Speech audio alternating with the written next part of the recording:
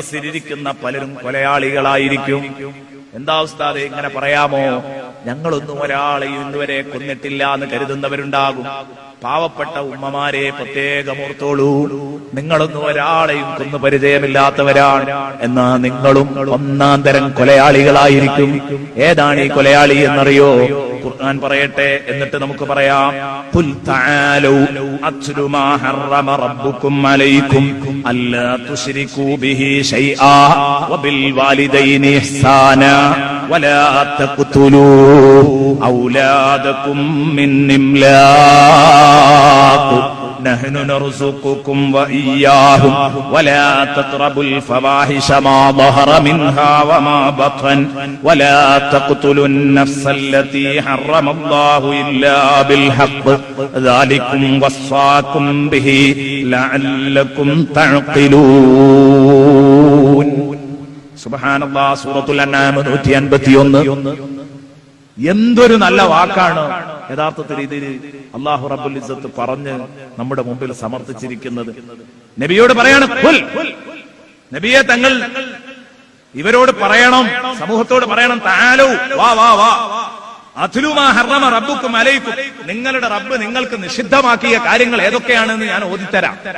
അല്ലാഹ് ഹറാമാക്കിയ കാര്യം എന്താന്ന് പറഞ്ഞുതരാം, ഓതിത്തരാം. ഇങ്ങോട്ട് വാ, എന്റെ ചുറ്റും ഇരിക്ക. എന്നിട്ട് നബി സല്ലല്ലാഹു അലൈഹി വസല്ലം തങ്ങളോട് പറഞ്ഞു കൊടുക്കാൻ പറയാ, അല്ലാ തുശ്രികൂ ബിഹി ശൈആ. ആദ്യ ദിവസം നമ്മൾ പറഞ്ഞത് അല്ലാഹുവിനോട് ഒരു വസ്തുവിനെയും പങ്കു ചേർക്കരുത്, ശിർക്ക് പാടില്ല. 2 വബിൽ വാലിദൈനി ഇഹ്സാന, മാതാപിതാക്കളോട് നല്ല ബന്ധം പുലർത്തണം, മാതാപിതാക്കളെ വെറുപ്പിക്കരുത്. മാതാപിതാക്കളെ വെറുപ്പിക്കൽ ഹറാമാണ്. വലാ തഖ്തുലൂ ഔലാദകും മിൻ ഇംലാഖ്, ദാരിദ്ര്യം കാരണമായിട്ട് നിങ്ങളുടെ സ്വന്തം മക്കളെ നിങ്ങൾ കൊന്നുകളയരുത്. നഹ്നു നർസുഖുകും വഇയ്യാഹും, നിങ്ങൾക്കും അവർക്കും ഭക്ഷണം നൽകുന്നത് നമ്മളാണ് ട്ടോ അല്ലാഹു പറയാണ്. ഇതാണ് ഞാൻ പറയാൻ ഉദ്ദേശിച്ച വിഷയം. ഒരുപാട് കൊലയാളികളുണ്ട് എന്ന് പറഞ്ഞത്. ഞാൻ ചോദിക്കട്ടെ, എത്ര മനുഷ്യന്മാരുണ്ടാകും? ഒരു പക്ഷേ എന്റെ സദസ്സിൽ തന്നെ ഈ പ്രസംഗം കേട്ടിരിക്കുന്നവർ പലരും കൊലയാളികളായി മാറുകയാണ്. ഇനി എവിടെ? കല്യാണം കഴിഞ്ഞിട്ട് 3-ാമത്തെ മാസം തന്നെ ഗർഭമുണ്ടായി, അല്ലെങ്കിൽ 1-ാമത്തെ മാസം തന്നെ ഗർഭമുണ്ടായി, അല്ലെങ്കിൽ വന്ന അന്ന് തന്നെ ഗർഭമുണ്ടായി. അപ്പോ ഈ പുതിയ ദമ്പതികൾക്കൊരു മാനക്കേട്, ഇപ്പൊ തന്നെ ഗർഭം വേണ്ട, കുറച്ച് കഴിച്ചിട്ട് മതിയായിരുന്നു. എന്താ മാർഗം? രണ്ടാളും ഇങ്ങനെ അടക്കം പറഞ്ഞു, ആണും പെണ്ണും അടക്കം പറഞ്ഞു. എന്താ മാർഗം? അബോർഷനാക്കി കളയാം, ഒരു വിഷമവുമില്ല. കൊണ്ടുപോയിട്ട് അല്ലാഹു ജന്മം നൽകുന്ന ഈ കുഞ്ഞിനെ വെട്ടി നുറുക്കാൻ വാപ്പിയും തയ്യാറാവുകയാണ്. കൊലപാതകത്തിൽ ഏറ്റവും കടുപ്പുള്ള കൊലപാതകമാണിത്. സ്വന്തം ശരീരത്തെ കൊല്ലല്, പിന്നെ സ്വന്തം മക്കളെ കൊല്ലല്. അത് കഴിഞ്ഞിട്ടേ വേറെല്ലോയിലേക്ക് പോവുള്ളൂ. നമുക്ക് കേൾക്കാം ഇതിന്റെ കടുപ്പത്തിലുണ്ട്. ദാരിദ്ര്യം ഭയന്നിട്ട് മക്കളെ കൊല്ലരുത്. അതവിടെ നടപ്പുള്ള ഒരു കാര്യം പറഞ്ഞതാണ്, ജനങ്ങൾക്കിടയിൽ നടപ്പുള്ള ഒരു കാര്യം. അതെന്താ? ഇന്നും ജനങ്ങൾക്കിടയിൽ നടപ്പുള്ള കാര്യമാണ്. 5000 ഉറുപ്പിക ശമ്പളം കിട്ടുന്ന ഞാനും എന്റെ ഭാര്യയും 2 മക്കളും സുഖമായിട്ട് ജീവിക്കുന്ന, അല്ലെങ്കിൽ ഒത്തില്ല എന്നുള്ള നിലക്ക് ജീവിക്കുന്ന, അങ്ങനെയാക്കുക. കഷ്ടപ്പെട്ട് ജീവിക്കുന്നു എന്ന് തന്നെ പറയാം. അപ്പോഴാണ് 3-ാമത്തെ ഒരുത്തൻ ഏത് ചെയ്തിട്ടുണ്ട്? ഗർഭപാത്രത്തിൽ അവൻ ഇടം കിട്ടിയിട്ടുണ്ട് എന്ന വിവരം അറിയുന്നത്, ഭാര്യയ്ക്ക് ഗർഭമുണ്ട് എന്നുള്ള വിവരം അറിയുന്നത്. ഭാര്യയും ഭർത്താവും അസ്വസ്ഥരാകുന്നു. ഇനിയൊരു കുട്ടിയും കൂടെ ഉണ്ടായ നമ്മുടെ സുഖജീവിതത്തെ ചോദ്യം ചെയ്യും. ഈ 2 മക്കളെ തന്നെ പോറ്റി വളർത്താൻ നമ്മളെ കൊണ്ടാവുന്നില്ല. അതുകൊണ്ട് തൽക്കാലം ഇവൻ ഈ 3-ാമനെ വേണ്ട എന്ന് വെക്കുക.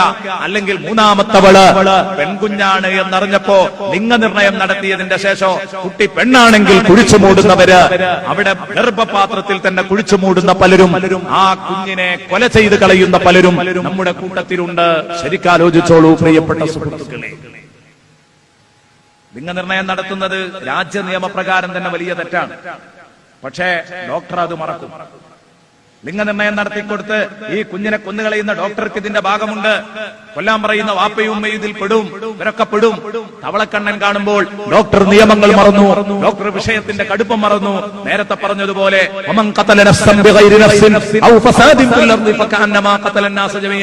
ഞാൻ ഈ 4 മാസം പ്രായമുള്ള കുഞ്ഞ്, അല്ലെങ്കിൽ അതിന്റെ താഴെ പ്രായമുള്ള ഈ കുഞ്ഞിനെയാണ് ഞാൻ വെട്ടിനുറുക്കുന്നത്. പക്ഷേ ഇതുവഴി ലോകത്തുള്ള മുഴുവൻ കുഞ്ഞുങ്ങളെയും ഞാൻ അരിഞ്ഞു കൊലപ്പെടുത്തിയതിന് തുല്യമാണ് എന്ന് ഡോക്ടറുടെ മനോമുഖരത്തിൽ തെളിഞ്ഞിരുന്നുവെങ്കിൽ ഡോക്ടർക്ക് ഇത് ചെയ്യാൻ സാധിക്കില്ലായിരുന്നു. ഡോക്ടർ ഈ പാഠം പഠിക്കാതെ പോയതാണ് ഇത്രയും വലിയ കടുപ്പം ഡോക്ടർക്ക് ചെയ്യാൻ ധൈര്യം ഉണ്ടായത്. ഡോക്ടർ ഈ പാഠം പഠിക്കേണ്ടിയിരുന്നു. കാരുണ്യത്തിന്റെ പാഠം ഡോക്ടർക്ക് കിട്ടിയില്ല. എങ്ങനെ വെട്ടണം നുറുക്കണം എന്ന് മാത്രമേ കിട്ടിയതുള്ളൂ. കാരുണ്യത്തിന്റെ പാഠവും കൂടെ കിട്ടേണ്ടിയിരുന്നു. എങ്കിൽ അത് നല്ലതിനു വേണ്ടി മാത്രമേ വെട്ടലും മുറിക്കലും നടത്തുള്ളൂ. വെട്ടിപ്പൊളിക്കലും മുറിക്കലും കീറലും ഒക്കെ നല്ലതിനു വേണ്ടി നടത്തുള്ളൂ. ഒരിക്കലും ഇത്തരം തോന്നിയാസങ്ങള്, അരുതായ്മകള് ഒരിക്കലും ഡോക്ടറിൽ നിന്ന് സംഭവിക്കില്ലായിരുന്നു. ഇത് ചെയ്യിക്കാൻ ഒരിക്കലും മാതാപിതാക്കൾ മുതിരുകയുമില്ലായിരുന്നു.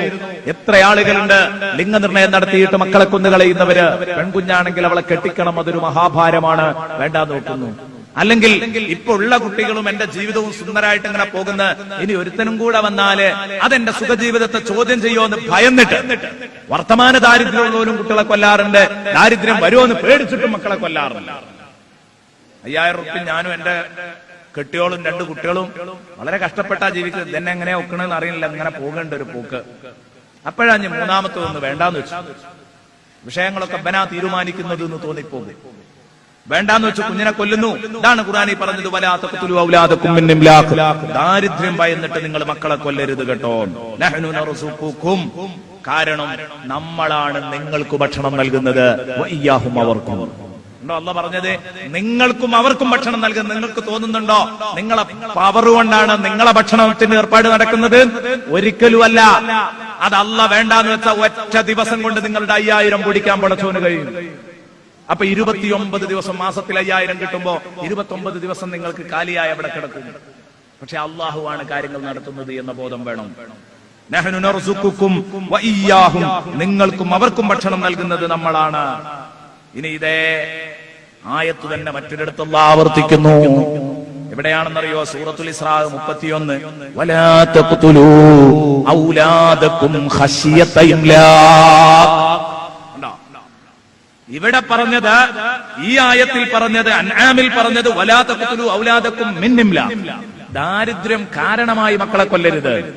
എന്നാ സൂറത്തുൽ ഇസ്രായിൽ അല്ലാഹ് പറയുന്നത് ദാരിദ്ര്യം ഭയന്നിട്ട് മക്കളെ കൊല്ലരുത്. ഖശിയത ഇംലാഖ്.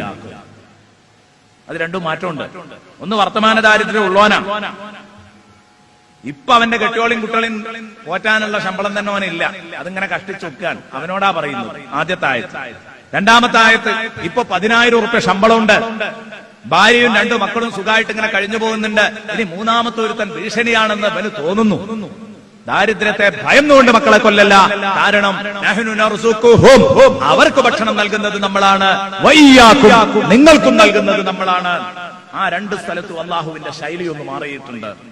വർത്തമാന ദാരിദ്ര്യമുള്ളവനോട് സംവദിക്കുമ്പോൾ അല്ലാഹ് പറഞ്ഞത് നഹ്നു നർസുഖുകും വഇയ്യാഹും, നിങ്ങൾക്കും അവർക്കും ഭക്ഷണം കൊടുക്കുന്നത്. അതേസമയം വർത്തമാന ദാരിദ്ര്യം ഇല്ലാത്തവനോട് അല്ലാഹ് സംസാരിക്കുന്നത് നഹ്നു നർസുഖുഹും വഇയ്യാഹും, അവർക്കും നിങ്ങൾക്കും എന്നാണ്. എന്തേ കാരണം? വർത്തമാന ദാരിദ്ര്യം ഉള്ളവനോട് നിങ്ങൾക്ക് ഭക്ഷണം തരുന്നത് നമ്മളാന്ന് പറഞ്ഞാൽ ഉൾക്കൊള്ളുള്ളൂ. വർത്തമാന ദാരിദ്ര്യം ഇല്ലാത്തവനോട് നിങ്ങൾക്ക് തരുന്നത് നമ്മളാന്ന് ഒറ്റയടിക്ക് പറയാൻ പറ്റില്ല. കാരണം അത് 10000 റുപ്യ ശമ്പളം അല്ലെങ്കിൽ കാണായിരുന്നു പഠിച്ചോനെ എന്ന് തിരിച്ചു പറയും. കാരണം മനുഷ്യൻ നന്ദി കെട്ടവനല്ലേ, സ്വാഭാവികമായി. എല്ലാം കൃത്യമായി ശ്രദ്ധിച്ചിട്ടേ പരിശുദ്ധ ദീനുൽ ഇസ്ലാം ഇടപെട്ടിട്ടുള്ളൂ. നോക്കൂ നിങ്ങൾ, അതിലൊക്കെ വെറുതെ വന്ന ഒരു ചേഞ്ചിങ് അല്ലാതൊന്നും. ഇതൊക്കെ തന്നെയാണ്. ഇത് റസൂലുള്ളാഹിയുടെ സ്വന്തം വചനങ്ങളല്ല എന്ന് തെളിയിക്കുന്ന ഭാഗം. പടച്ചോന്റെ വചനങ്ങളാണ്. എത്ര കൃത്യമായിട്ടാണ് ഓരോ പദങ്ങളും വെച്ചിരിക്കുന്നതെന്ന് ശ്രദ്ധിച്ചു നോക്ക്. വഇദൽ മൗഊദതു സുഇലത്, വഇദൽ മൗഊദതു സുഇലത്, കുഴിച്ചു മൂടപ്പെട്ട പെൺകുട്ടിയോട്, ജീവനോടെ കുഴിച്ചു മൂടപ്പെട്ട ബാലികയോട് ചോദിക്കപ്പെടുമ്പോൾ എന്താ ചോദിക്കുന്നത്? ബിഅയ്യി ദംബിൻ ഖുതിലത്, മോളെ എന്തൊരപരാധം കാരണമായിട്ടാണ് നീ വധിക്കപ്പെട്ടത് മോളെ എന്ന് നാളെ പരലോകത്ത് വെച്ച് ചോദിക്കപ്പെടും. കണ്ടോ? നേരത്തെ നമ്മൾ പറഞ്ഞു നാളെ പരലോകത്ത് വെച്ച് വിചാരണ നടത്തും എന്ന് പറയാനാ പടച്ചോൻ അത് പറഞ്ഞത്. ഇദ ശംസു കുവ്വിറത് വഇദൻ നുജൂമു ഗദറത് വഇദൽ ജിബാലു സുയിറത് എന്ന് പറഞ്ഞ് സൂറത്തു തക്വീറിന്റെ ഭാഗങ്ങൾ ഇങ്ങനെ അവതരിപ്പിച്ചപ്പോൾ അല്ലാഹു പറയാണ് വഇദൽ മൗഊദതു സുഇലത്, ഹിസാബ് അവതരിപ്പിക്കുന്നത് ഒരൊറ്റ ചിത്രം പറഞ്ഞിട്ട് ജീവനോടെ കുഴിച്ചു മൂടപ്പെട്ട കൊച്ചുബാലികയോട് അല്ലാഹു ചോദിക്കും. എന്താ? മോളെ നീ എന്തു കാരണമായിട്ടാണ്, എന്ത് പാപം കാരണമായിട്ടാണ്, എന്ത് തെറ്റു കാരണമായിട്ടാണ് എന്റെ മോള് കൊല ചെയ്യപ്പെട്ടതെന്ന് പടച്ചോൻ ചോദിക്കും. ആദ്യമായിട്ട് തീരുമാനാക്കിയ രക്തത്തിന്റെ കാര്യത്തിലാണെന്ന് പറഞ്ഞല്ലോ. അതുകൊണ്ട് മോളോട് ചോദിക്കാതെ ഏറ്റവും ആദ്യം ചോദിക്കുന്നത് മോളോടാണ്. വൈദൽ മൗഊദത്തു സുഇലത്. എന്തിനാ ഇവളോട് ചോദിച്ചത്? കൊന്നോനോട് ചോദിച്ചോടാ എന്തിനാടാ ഈ മകനെ കൊന്നത്? ഓൻ 100 ന്യായം പറയും. അവിടെ പ്രയാസമായിരുന്നു, ഇവിടെ പ്രയാസമായിരുന്നു, അവിടെ കടായിരുന്നു, എന്റെ അയൽക്കാരൻ കുട്ടികളെ കെട്ടിക്കാൻ കഷ്ടപ്പെടുന്ന ഞാൻ കാണുകയായിരുന്നു, 100 നുണ പറയും. ഇതൊക്കെ കേട്ട് അതിനൊക്കെ മറുപടി പറയണം. അതൊന്നും വേണ്ട. ഇരയുടെ പക്ഷത്താ പടച്ചോൻ നിൽക്കുക, വേട്ടക്കാരന്റെ പക്ഷത്തല്ല. ഇരയുടെ പക്ഷത്ത് നിന്നിട്ട് അല്ലാഹു ചോദിക്കും വൈദൽ മൗഊദത്തു സുഇലത് ബിഅയ്യി ദംബിൻ ഖുതിലത്. എന്തിനാ മോളെ നീ കൊല ചെയ്യപ്പെട്ടത്? വേട്ടക്കാരന്റെ ന്യായങ്ങളൊന്നും കേൾക്കാൻ അള്ളാഹുവിന് സമയമല്ല. ഇരയുടെ പക്ഷത്ത് നിന്ന് ചോദിക്കുമ്പോ ഇര പറയും തീർത്തും അന്യായമായി വധിക്കപ്പെട്ടു. അപ്പോഴവനെ പിടികൂടുക. നോക്കൂ നിങ്ങൾ എന്റെ പ്രിയപ്പെട്ട സഹോദരന്മാരെ, എത്ര പേര് ചെയ്തു ഈ കടുങ്കൈ. നമ്മൾ ഓരോരുത്തരും ഇങ്ങനെ ആലോചിക്കുക. ചെറിയ ചെറിയ കാര്യത്തിനല്ലേ നമ്മൾ നമ്മുടെ മക്കളെ വെട്ടി നുറുക്കിയത്? എന്താണ് ഇതിന്റെ ഇസ്ലാമിക മാനം? ഒരാളുടെ ഭാര്യക്ക് ഗർഭമുണ്ട് എന്ന് ബോധ്യപ്പെട്ടാൽ ആ ഗർഭം അലസിപ്പിച്ച് കളയുന്നത്, അബോർഷനാക്കി കളയുന്നത് മഹാ തെറ്റാണ്, ഹറാമാണ്. ഇത് ഒരു നിലക്കും ന്യായീകരിക്കാനാവുന്നതല്ല. ഇത് നിങ്ങൾ അങ്ങനെ തന്നെ മനസ്സിലാക്കണം. കാരണം മക്കളെ കൊല്ലുന്നതിനെ കുറിച്ച് ഖുർആൻ പറഞ്ഞത് ഇന്ന ഖത്ലഹും കാന ഖിത്അൻ കബീറാ. ഞാൻ വായിച്ചിട്ടില്ല, നേരത്തെ വായിച്ച സൂറത്തുൽ ഇസ്രായിന്റെ വചനത്തിന്റെ ബാക്കിയാണത്. ഇന്ന ഖത്ലഹും കാന ഖിത്അൻ കബീറാ. മക്കളെ കൊല്ലുക എന്ന് പറയുന്നത് മഹാപാതകമാകുന്നു. ഇന്ന ഖത്ലഹും കാന ഖിത്അൻ കബീറാ. അതൊരു മഹാ തെറ്റാണ്. മറ്റുള്ളവരെ കൊല്ലും പോലെയല്ല മനുഷ്യന്റെ സ്വന്തം മക്കളെ കൊല്ലുക എന്ന് പറഞ്ഞത്. നമ്മൾ ഇത്ര ചെയ്തു. എന്റെ ഭാര്യ ഗർഭിണിയാണെന്നറിഞ്ഞാൽ അവരുടെ ഗർഭം അലസിപ്പിക്കുന്നത് തെറ്റാണ്, ഹറാമാണ്, പാടില്ല.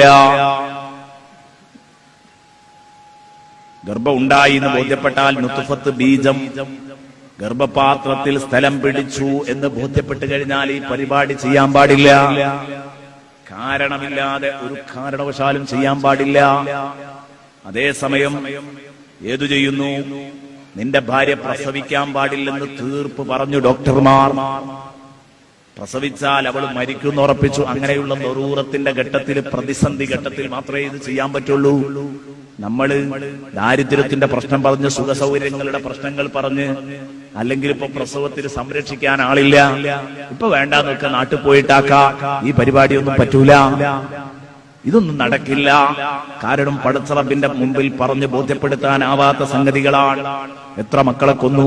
ശരിക്കും ഇങ്ങനെ നെഞ്ചത്ത് കൈവച്ച് ആലോചിക്കണം ഓരോരുത്തരും. പടച്ചോനെ, ഞാൻ ചെയ്ത മഹാപാപം, ഞാനും എന്റെ ഭാര്യയും കൂടെ കാട്ടിക്കൂട്ടിയ തോന്നിയാസം ഓരോരുത്തരും സ്വന്തമായി ആലോചിക്കുക. എന്റെ പ്രിയപ്പെട്ട പെങ്ങളെ, ചെയ്തു പോയവരുണ്ടാകും, ധാരാളം ഉണ്ടാകും. ഇതാ ഈ റമദാനിന്റെ അർദ്ധരാത്രിയിൽ എഴുന്നേൽക്ക്. 100 ആളെ കൊന്നവർക്ക് തൗബ കിട്ടിയിട്ടുണ്ടെന്ന് പഠിപ്പിച്ച മതമാണ് പരിശുദ്ധ ദീനുൽ ഇസ്ലാം.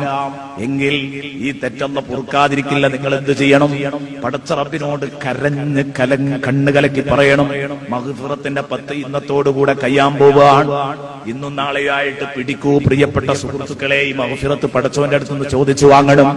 പടച്ചോനെ, എന്റെ പാപം പൊറുക്കണേ എന്ന് പറഞ്ഞിട്ട് ഈ തോന്നിയാസം സംഭവിച്ചു പോയെങ്കിൽ പടച്ചോനോട് പൊരുത്തപ്പെടിപ്പിക്കൂ. എന്റെ പ്രിയപ്പെട്ട പെങ്ങളെ, എന്റെ പ്രിയപ്പെട്ട ഉമ്മ, ഇനി സമയം വൈകിക്കല്ല.